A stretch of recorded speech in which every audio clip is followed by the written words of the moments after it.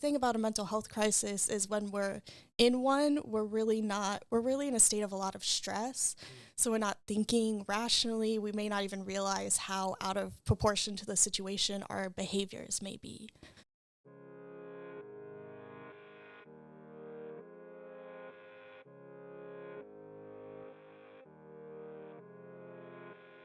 Thank you for tuning in to the Rescue Mission podcast, where we discuss real topics that affect real people. We're currently in a series where we are discussing Mental Health Awareness Month for the month of May, and we are super excited today to have Carrie Borkowski from Mental Health North America. How are you today, Carrie? I'm doing good. How are you? I'm doing good. We are so excited to have you on. I've been in some of the seminars that you've taught, and it is just so exciting to have you on here. Today, we're discussing navigating a mental health crisis, and I think this is such a big, important topic. And before we dive deep into it, I just want to ask you, what is a mental health crisis when we say that? So, a mental health crisis is really going to be a time where someone is experiencing these emotional difficulties where they aren't able to function day to day, or they aren't able to keep themselves or others safe. Okay. So what are some of the warning signs that somebody may be facing a mental health crisis? So there can be a lot of warning signs. I would say some to look out for are mood swings, aggression, isolation a lot of times. Those are things, definitely if they seem not like themselves. A lot of times I talk about that impact of change. So if they're not acting like their normal selves, and a lot of times out of proportion. So the thing about a mental health crisis is when we're in one, we're really in a state of a lot of stress. So we're not thinking rationally. We may not even realize how out of proportion to the situation our behaviors may be. So stress can kind of be a contributor to a mental health crisis. Oh, definitely. It pretty much always is a contributor. Yeah, because a lot of times we think of a mental health crisis, and I think because of like TVs and movies and the stigma around mental health, we can kind of assume like the absolute worst when it comes to a mental health crisis, like full-on nervous breakdown. From like a media perspective, they say like, I'm going to get put in a padded room or something like that. But what you're saying is it's not like that. Oh, no. It's definitely not. In fact, a lot of times, because of our resources are so taken up and at capacity, it's going to take a lot more than a mental health crisis to put you in a padded room. It's going to have to be at the extremes a lot of times, even more than that. So go ahead, Matt. Two important things. One, is there really a padded room? No, so it's not even going to look like a padded room necessarily. I just want to clarify that. But the other thing is that I was thinking is a lot of times when we think of like the stressors or things like that, at least I used to have this notion that was all negative, right? But stressors can be positive, right? Oh, yeah. Right? Any kind of transition, you're getting married, you're having a baby, you're taking on a new job. Any of those types of things can stack on to the pile, right? Yeah, so the thing about stress is it does have a function for us. So it was meant to give us that burst of energy, that motivation to do things. If we have a test coming up, it gives us that motivation to study and get it done. So yeah, there can be lots of stress in our lives that are positive, and a little bit of stress is good for us. The thing is, most of us are stressed constantly, at least in America. So we're dealing with stress after stress after stress. So it is always piling on generally. Does it have to be that way? No. So there are lots of things that we can do to help alleviate stress. So there's always going to be stressors. So it's really on us to help, get us through that stress cycle and really alleviate that both for our mental health and for our physical health. Is recognition one of the hardest things to understand? As far as stressors, like knowing, hey, that's a stress for me, I need to recognize that so I can handle it properly, or what's a reason why people aren't recognizing, hey, I'm stressed, or these are stressors for me? Well, that's a good question. I would say actually it's different person to person what's most difficult in regards to stress. I would say a lot of times, how we were taught to recognize and manage stress is what we were taught from our parents growing up. And, what they know is just what they were taught. So a lot of times, we don't know how to handle stress because we're talking about it more and more nowadays, but it hasn't been talked about a lot just in general society. So it's hard to recognize a lot of times because of that. So if somebody deals with a lot of stress, and maybe they're listening to this and they kind of realize, I'm stressed out maybe more than I feel like is quote unquote normal. What are some tips for people that have maybe heard like, oh, it's possible to not be stressed out 24/7? What are some advice that we could give to somebody that wants to maybe experience just a lifestyle of less stress? Well, there's a lot of things you can do. So the one thing I always talk about is self-care. And that's also something that comes with a lot of, misconceptions or certain ideas. It's not just bubble baths or getting your nails done or anything like Wait, that. what? Yeah, Matt. Matt takes bubble baths nightly. Hey, you definitely can, though. I'm not saying don't do those things, but, Bath bombs are my jam. by all means do it. But I'm not saying it just has to be something that's like treating yourself. Self-care is really something that makes you feel refueled and helps you stay at your best. It's something that we should do proactively. So it's also not something you want to put at the end of your to-do list. And that's something we tend to do a lot. I know it's something I was doing a lot. And then I learned, well, honestly, I started to get burnt out. And that's the thing. If you're not putting it throughout your day, if you're not, taking breaks, saying no to things that you just can't handle at the moment, that's self-care. And you need to be doing that, throughout your day, or you are going to get burnt out. Yeah, I think you said it, that treating ourselves as self-care in a way. And I think we're raised to believe like you don't get to have the treat or you don't get to do something fun until you put in the work. And I really think that's something in America with our workforce and the way we view our jobs versus other countries that has really put us in a debilitating state, because it's really hard to tell yourself, you know what, I'm going to go take 20 minutes off and do this instead of go mow or instead of go do this, when you probably should if you're that stressed. Well, can I ask to not to poo-poo that, but not to push that idea away, but you can also like go too far with that. You can also adopt this mentality of having dessert first all the time, because I need to take care of me. I need me time. So Blake, I think that is a little bit of what we were talking about with the video games. Like it can be both. One, it could be a good distraction that you just need to go blow off some steam, or it can become a major distraction that is taking you away from the things that really are real responsibilities and stuff, right? How do you begin practicing self-care, like from a practical perspective? Right. I think it's easy to say like, I'm gonna start doing things proactively, but how do you even identify things that are self-care? Because there is a difference between self-care and escapism. You don't want to, like you said, you don't want to constantly be escaping and having dessert first, though I partially disagree with that because I love dessert. But on a more what deems dessert? This is true. What's a dessert? This is true. Anything Little Debbie. Is a cookie dessert? A biscuit. If it's English, you can just call it a biscuit and have it anytime. Okay. Loopholes. Right? Well, no, but I do want to push into this because self-care is having a moment, right? And there is, everybody can call something self-care, right? When it might be escapism.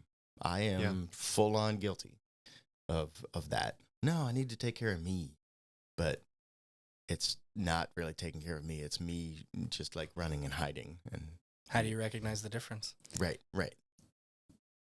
Those are all such great things to bring up, because I think a lot of times the difference is balance. And for me, I feel like that's one of the hardest things. Like we need balance when it comes to everything, right? Including, having dessert first or having our fruits and vegetables, which are important for our mental health too.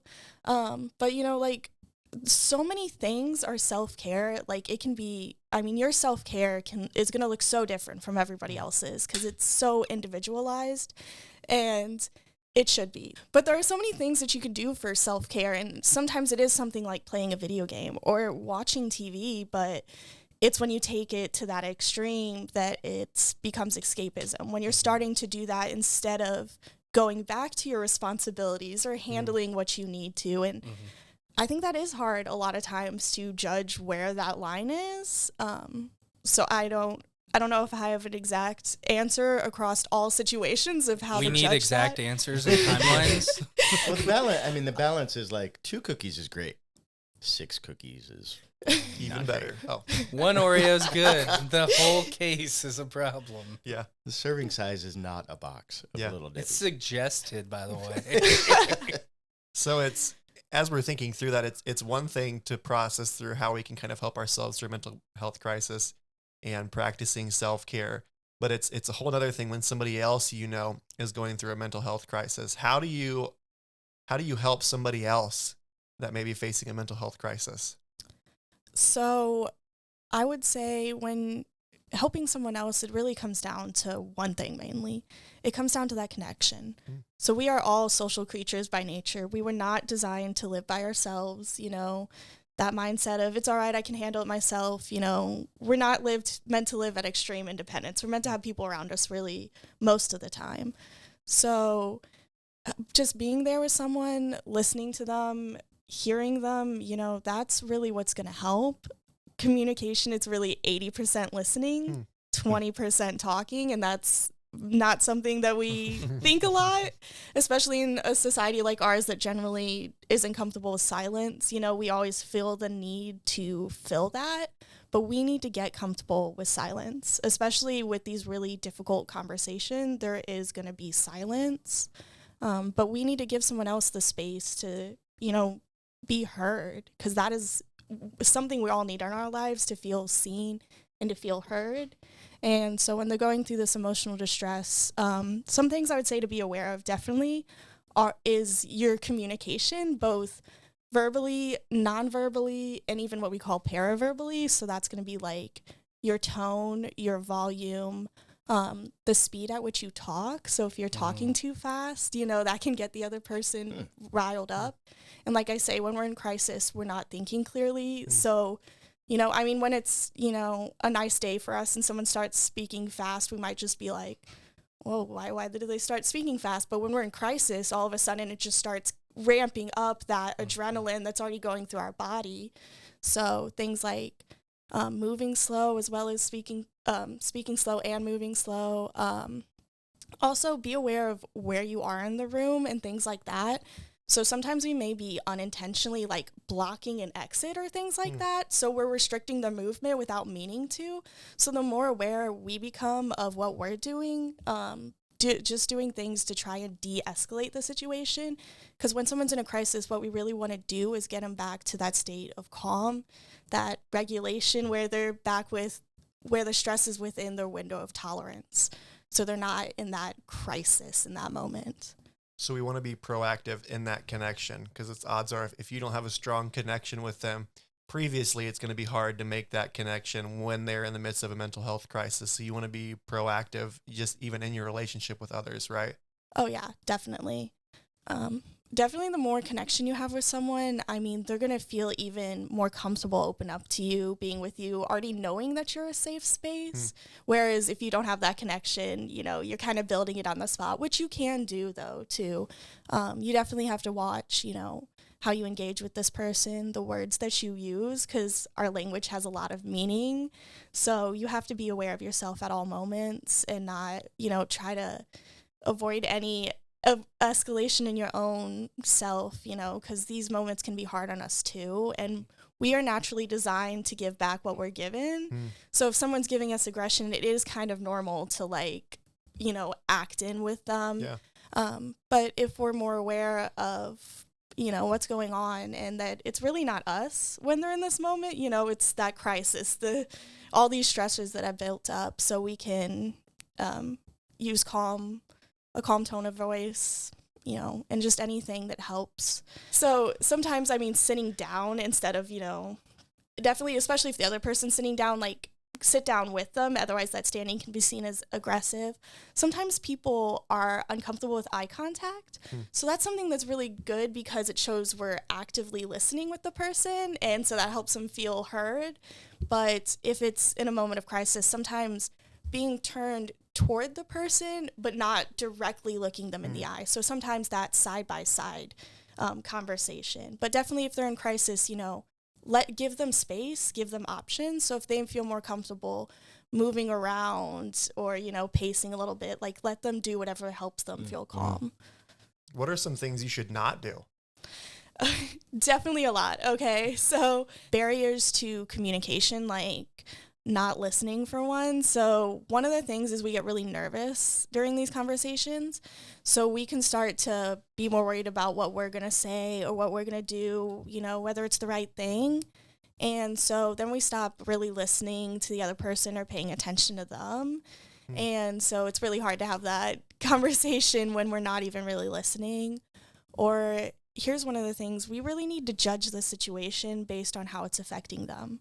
So we can both overreact or minimize a situation when we're taking it how, we perceive it within our own life and our own experiences based on how it's affecting them. So we need to, here's one of the things, we don't want to invalidate someone, which is really what I've kind of been describing already. But because of that, I also want to touch on validation. So that doesn't mean you're always accepting what the person is doing. So if their behavior is out of control, you may not like it, but we want to focus on, letting them know that their emotions, their reactions make sense to us, that they're understandable. And so we really want to avoid anything that's invalidating that. So anything that makes them feel like they shouldn't feel that way, it's not a big deal, or even that it will pass. I mean, a lot of things in life, everything in life changes, right? So the only constants are death and taxes, but even the temporary things have an impact on us. And so we don't want to be assuming something's a phase or something like that. So those are all ways that we could worsen the situation, or if we aren't watching our tone of voice or things like that, if we're starting to get loud, if we're unintentionally blocking an exit. If someone's in a crisis, sometimes they want some space. So don't go to touching them or anything like that. So I think it's powerful to think about, because one of the common advice that you give people is like, well, it'll get better. This too shall pass. And when you're in the midst of it, that's not helpful, is what you're saying. Yeah, no, definitely not. So don't assume anything. And especially, so we sometimes like to assume if we've been in a similar position that what worked for us will work for them. And everyone is so different that you really have to figure out what works for them. So one of the best things I can say actually is give them options. So when someone's in a crisis, ask what will help, if someone's like in the middle of a panic attack, you can ask like, you want some space, or you want me to stay here? But, obviously though, you want to make sure the person's okay. So don't just abandon them, but like whatever it is that can help them. So what is a panic attack? Okay, so that is going to be like such extreme sudden anxiety. It's going to feel like you cannot breathe. Your heart is racing. So unlike typical anxiety, it's going to be like extreme and sudden though, and it's going to be at the extremes with all of the symptoms you're experiencing. Someone who's never had a panic attack before might feel like they're having like a heart attack or something else. It can be really difficult to tell the difference because the symptoms overline. But it's helpful to give them options in that instance. Yes, definitely. Okay. When there's I think people use interchangeably anxiety attack, panic attack. I think they don't give a sense of what you were talking about, of that extreme end of the scale. I can freak out a little bit, but it might not be a panic attack. Right. And we would love to get to the place where you never get to that point. So to address things before that, I guess, would, that's one of the things that I think, my wife and I both dealt with anxiety, and knowing what to do when it does start to rise up, right? Not that it's like, you could start to think, well, I'm a bad person, or I'm a weak person because I had a panic attack. Well, that's like saying, you're a weak person because you had a heart attack. That has nothing to do with you and what you've done. It might have something to do with what you've done if you've eaten like loaded fries for a week straight. But psychologically, mentally, the same thing is if you're doing things to stack up good health versus pulling from all of your drawing down on your tank versus filling it up, maybe. Yeah, we're just like cars. We have to refuel ourselves. We can't continue to run on empty and expect positive outcomes to continue to happen. Yeah, and you know what things start to feel like when you are at empty. Yes. Right. So just to be honest with you, like if we're talking now about not necessarily dealing with somebody else, but dealing with yourself, like what does it feel like when I'm starting to get to this point? I need to go to bed. I need to not stay up for 4 more hours killing the zombies. I need to not, watch 4 more movies tonight. I need to, whatever. Yeah, and it's challenging to think about that what we eat plays a factor into it too, our physical health. I know for me, I've struggled with depression, and one of the most common things that you can do to help that is getting regular exercise. I once heard somebody say that he and his wife had this kind of accountability thing where if they were saying, I'm having a bad day, I'm struggling with my depression, they would say, well, have you exercised today?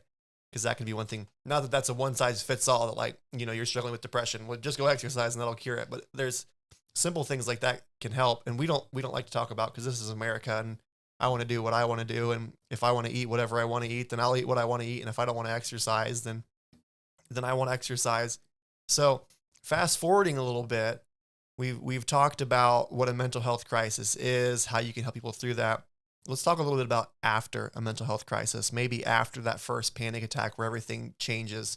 I don't know if there's a word for it, but I remember the first really bad bout I had with depression. It just seemed like everything changed after that. What do you do after something like this has happened?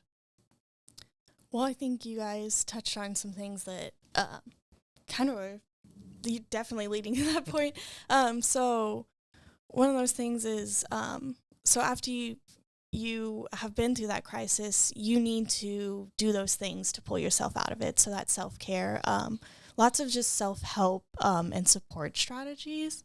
So it's just something you were talking about with knowing, when you're at that level, you're getting worse.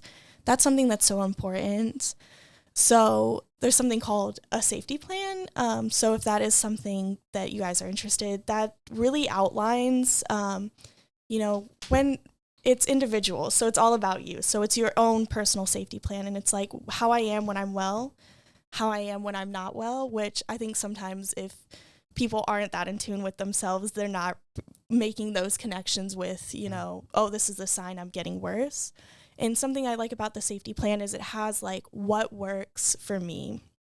So as we were talking about that self-care, it's so individualized, and I don't like to tell anyone what to do with their self-care. I like to give them categories. So as you mentioned, exercise is super important, and that diet and nutrition, and it all affects our mental health. So we need to be incorporating all these things into our life. And no, we don't have to get rid of like having those cookies or like skipping the gym sometimes. Thank goodness. Yes, definitely have your cookies. It's just, it's finding that balance. Because honestly, I would say it'd probably worsen our mental health if we never ever had cookies again. So I would definitely say, yeah, skip the gym, have those cookies. But it's about incorporating those things and finding what works for you, what ways you can incorporate them. Like, I'm personally, like, I can't even remember, the last time I've stepped into a gym, honestly. But I do like, riding my bike. So when the summer's nice, I find a way to incorporate it myself. And, when you're coming out of a crisis, you might need more support than just your self-help strategies. I would recommend, if you find a peer support group that works, or a support group that might be led by a therapist. It depends on your situation, though. So we all need more support at some times, less at others. So it can depend. But things that do help are, those self-care, incorporating, nutrition and diet. But of course, you can always have those treats and breaks and stuff. And creative endeavors is honestly one I want to mention, because this isn't something I learned until I started working for Mental Health America, that creative endeavors, they get us all the way through our stress cycle. So they actually allow us to like put our emotions into something outside of us. So even if you're not good at it, you do not have to be Picasso or anything like that. You can make the most ugly painting in the world and it still makes you feel better.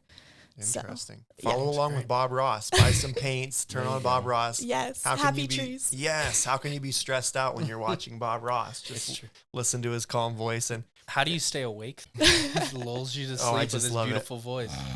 It's like energizing to me. I'm is just gonna watching put a happy watching tree. Bob Ross. It's Yeah. so nice. I think that's important to think about, because some people think, I'm not a creative person, but there's so many different ways that you can be creative. If it's not painting, you can try sketching. It's a different form. Maybe if you've got some instruments laying around, you can play an instrument. I know one that I hear a lot is journaling, is trying to write down what you're thinking and journaling down your thoughts. And one thing we talked about, peer support groups, one thing I've been seeing more and more of lately, and I hope that we continue to see more and more, is churches starting mental health support groups. There's one called they're called grace groups, where they have an entire curriculum that they go through they've done studies on and things like that incorporates their faith, because I think faith is an important part of it too, is having your faith community around you. If you're a person of faith, having that around you, navigating through a mental health crisis. But I have found this conversation to be so helpful. Carrie, thank you so much for coming on the podcast today and being with us. One thing I want to ask you that we've kind of talked about in previous episodes, what was it that inspired you to get into this field? So my degree is in nonprofit management. So it's not directly in social work or the mental health or psychiatry or psychology. But when I was in college, I joined this group, You Bring Change to Mind. So it's University Bring Change to Mind. I don't know if you guys ever heard of the national organization Bring Change to Mind. It's dedicated to ending the stigma around mental illness. And so we just did a lot of things that were educational. Just at our meetings every week, we talked about either a different condition or different topics related to it. And we'd put on activities like a mental health themed escape room or like a scavenger hunt thing. Yeah, it was super awesome. And I mean, I was on the executive board one year, and pretty much all of us on the executive board, like, it changed, like, our career paths. Wow. Yeah, it's what inspired me to want to go into mental health. And so when I moved back to Fort Wayne after college, I found Mental Health America, and I've been doing work with them ever since. So I love it. I love it so much. And you're good at it. You come in, you do our seminars, and you kill it. Thank you so much. Can we ask, is there a way to engage more with Mental Health America for anybody who's listening, and engage with what you do and some of these tools that we could put together? Yeah, definitely. So Mental Health America of Northeast Indiana, you can go to our website. You can also call us. I actually don't remember our office number offhand though. But who uses phone numbers anymore? Come on. You can easily Google it, though. Yeah, there you go. But, we have a newsletter we send out, so you can sign up for that and get it in your email. You can also volunteer with us. We are always looking for volunteers if you're interested. Also, we also run an anxiety and depression support group for adults, anyone 18 plus. You don't need a diagnosis, so if anyone is interested in that, those are all ways that you can get involved with us. And if you are interested in having us for any of those sessions, any of those trainings that we do or presentations, like, definitely reach out. That's all on our website too. That's awesome. Carrie, thank you so much for coming on the podcast today. Thanks. I had a blast. Oh, Thank you so much for having me. This was amazing. If you enjoyed this episode of the Rescue Mission Podcast, we ask you to consider leaving a review, subscribing, following whatever platform you're on. We'd love to have you keep up with us and what's going on with the Rescue Mission Podcast. Thanks for listening.